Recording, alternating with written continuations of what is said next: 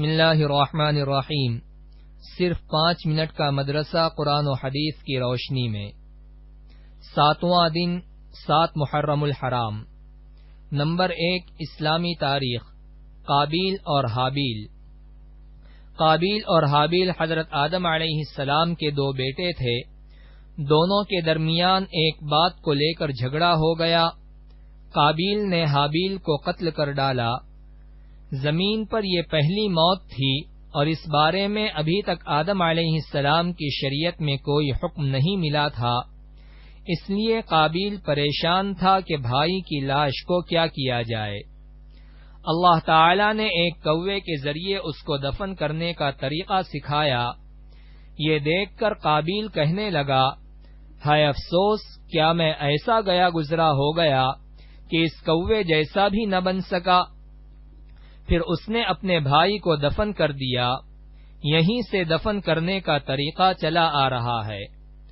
حضور صلی اللہ علیہ وسلم نے قابیل کے متعلق فرمایا، دنیا میں جب بھی کوئی شخص ظلماً قتل کیا جاتا ہے تو اس کا گناہ حضرت آدم علیہ السلام کے بیٹے قابیل کو ضرور ملتا ہے، اس لیے کہ وہ پہلا شخص ہے جس نے ظالمانہ قتل کی ابتدا کی اور یہ ناپاک طریقہ جاری کیا۔ اسی لیے انسان کو اپنی زندگی میں کسی گناہ کی ایجاد نہیں کرنی چاہیے تاکہ بعد میں اس گناہ کے کرنے والوں کا وبال اس کے سر نہ آئے۔ نمبر 2 اللہ کی قدرت۔ سورج۔ سورج اللہ تعالی کی بنائی ہوئی ایک زبردست مخلوق ہے۔ اس سے ہمیں روشنی اور گرمی حاصل ہوتی ہے۔ وہ روزانہ مشرق سے نکلتا ہے اور مغرب میں ڈوبتا ہے، لیکن اللہ تعالی قیامت کے قریب اسے اپنی قدرت سے مشرق کے بجائے مغرب سے نکالے گا۔ اس کی لمبائی چوڑائی لاکھوں میل ہے اور وزن کے اعتبار سے زمین کے مقابلے میں لاکھوں گنا زیادہ ہے۔ اتنے وزنی اور بڑے سورج کو مقررہ نظام کے تحت چلانا اور کروڑوں میل کی دوری سے پوری دنیا کو روشنی اور گرمی عطا کرنا اللہ تعالی کی قدرت کی بڑی نشانی ہے۔ نمبر 3 ایک فرض کے بارے میں، دین میں نماز کی اہمیت۔ ایک شخص نے رسول اللہ صلی اللہ علیہ وسلم سے عرض کیا، اے اللہ کے رسول، اسلام میں اللہ کے نزدیک سب سے زیادہ پسندیدہ عمل کیا ہے؟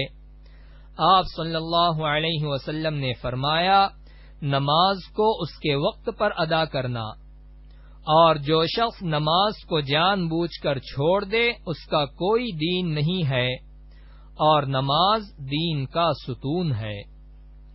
نمبر 4 ایک سنت کے بارے میں، وضو میں کانوں کا مسح کرنا۔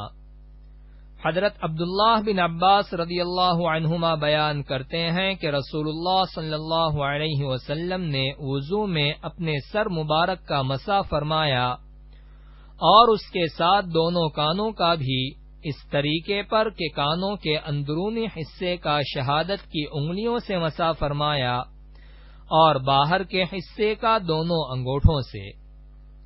نمبر 5 ایک اہم عمل کی فضیلت، عاشورہ کے روزے کا ثواب۔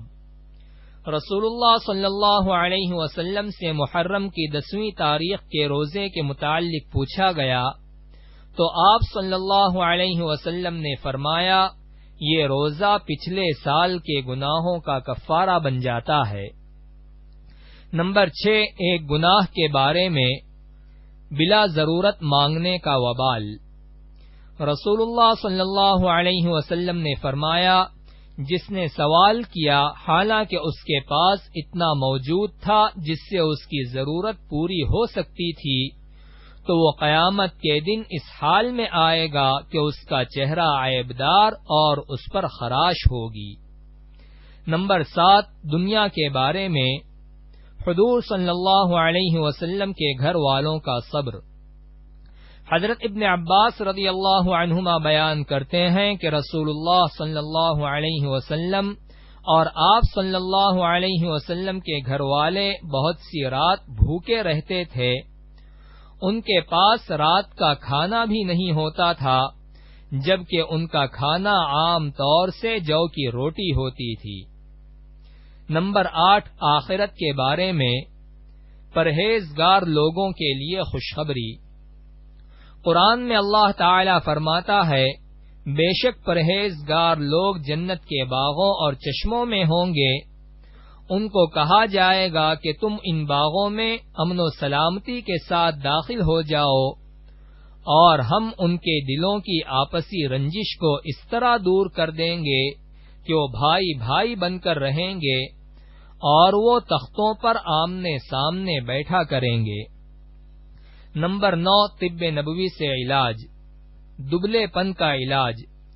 حضرت عائشہ رضی اللہ عنہا فرماتی ہیں کہ جب میری والدہ نے مجھے رسول اللہ صلی اللہ علیہ وسلم کے پاس رخصت کرنے کا ارادہ کیا تو میرے دبلے پن کا علاج کرنے لگیں، مگر کوئی علاج کارگر نہ ہوا۔ پھر میں نے تر کھجوروں کے ساتھ ککڑی کھانا شروع کیا تو میں معتدل جسم والی ہو گئی، یعنی دبلا پن دور ہو گیا۔ نمبر 10، قرآن کی نصیحت۔